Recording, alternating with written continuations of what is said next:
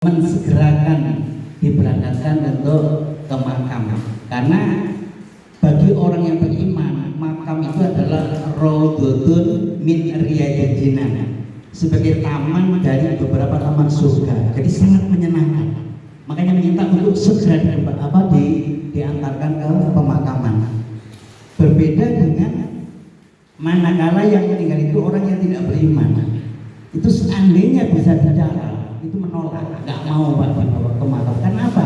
Karena makamnya itu dijadikan sebagai siksa. Nah, ini tadi nomor itu kufarun minum kufarinna. Jadi sebagai tempat itu bagian dari tempat neraka. Jadi panas, makanya nggak mau.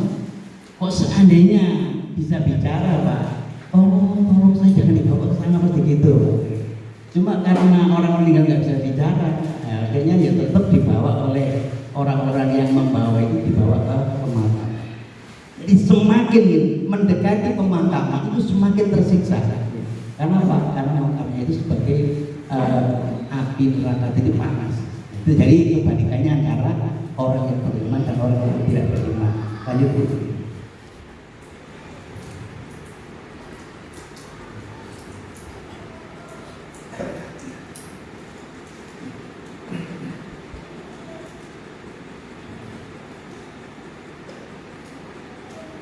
Dan ini juga An-Nabiyya sallallahu alaihi wasallam na'an najaziyah fil yaumil ladzi mata fihi.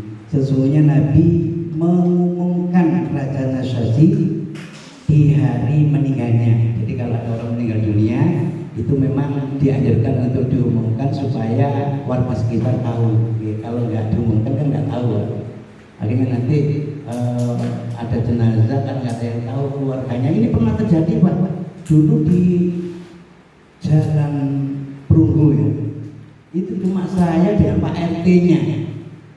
Jadi warga nggak ada yang datang ya, karena nggak tahu pengumuman.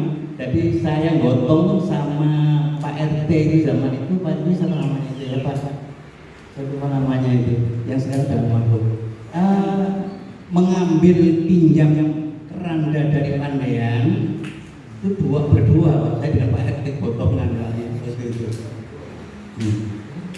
Pak siapa namanya itu ya? Terus Apa?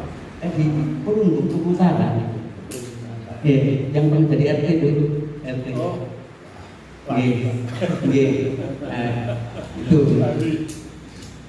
Itu pernah terjadi Pak. Jadi karena nggak ada siapa-siapa, juga nggak ada pengumuman, jadi ada orang meninggal dunia yang memandikan terbatas hanya beberapa orang itu. Kemudian sampai ke pemakaman itu saya dan Pak RT sama keluarganya saja.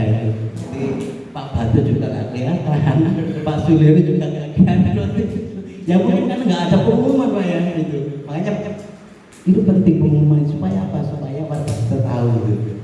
Ya ini lanjut Bu. Nah ini memandikan mayit itu sudah jelas, memang bisa diulang-ulang. Jadi satu, ayah, kakek, anak laki-laki, saudara laki-laki, keponakan dan seterusnya itu nanti bisa dibaca lagi nanti masing-masing kalau sudah bisa, itu sudah jelas itu. Mau lanjut mawon. Nah ini dalilnya yang saya sampaikan. Di sini diterangkan bahwa firrijali yamutu ma'an nisa wal mar'atu tamutu ma'ar rijal laisa liwahidin minhuma mahroman dan seterusnya ya. Jadi laki-laki yang meninggal kemudian seharusnya yang memandikan juga laki-laki atau dari keluarganya boleh, dari keluarganya misalnya istrinya atau mungkin anak perempuannya jika ingin gitu, bahkan itu merupakan penghormatan terakhir gitu, dibolehkan atau sama lanjut ke atas. Pak, bisa tanya Pak itu kan? Kalau misalkan yang meninggal itu laki-laki, bolehkah keluarga dari perempuan atau apa itu ikut menyucikan? Jadi dari istrinya juga boleh, kemudian anak perempuannya juga boleh. Ya dengan syarat kalau sudah memandikan ya nggak boleh nangis yang sampai lemes itu suaranya malah keras. pingsan, malah Karena, repotin.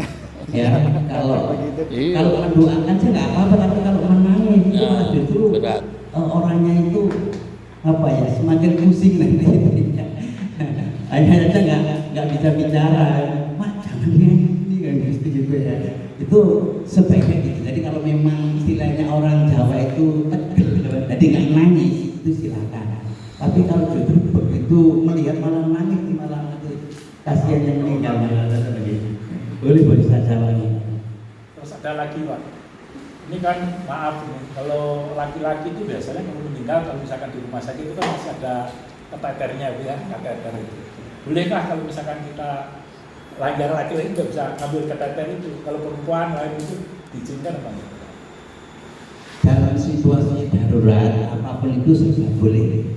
Jadi kalau memang ada ya berarti apa dari keluarganya yang sama-sama laki-laki. Tapi kalau misalnya nggak adanya cuma itu nggak apa-apa. Darurat. Di Blitar itu gitu Pak. Di Blitar itu sampai saat ini mungkin masih berjalan. Tapi Blitar daerah Kademangan nih. Itu kalau ada orang meninggal dunia, walaupun yang meninggal itu perempuan, itu yang memandikan itu orang laki-laki Pak Mudinya itu. Kenapa? Karena yang perlu nggak ada yang berani. Ya, jadi kan repot juga itu ya. Itu Pak Mudinya bilang gitu, tapi nggak semua, hanya sebagian saja ada yang begitu. Kalau yang paling positif ya kalau ada mayat yang laki-laki ya yang memandikan ya laki-laki itu kan lebih luwes. Yang perempuan juga perempuan. Ya. Monggo ada yang lain barangkali. Gue tanya Pak,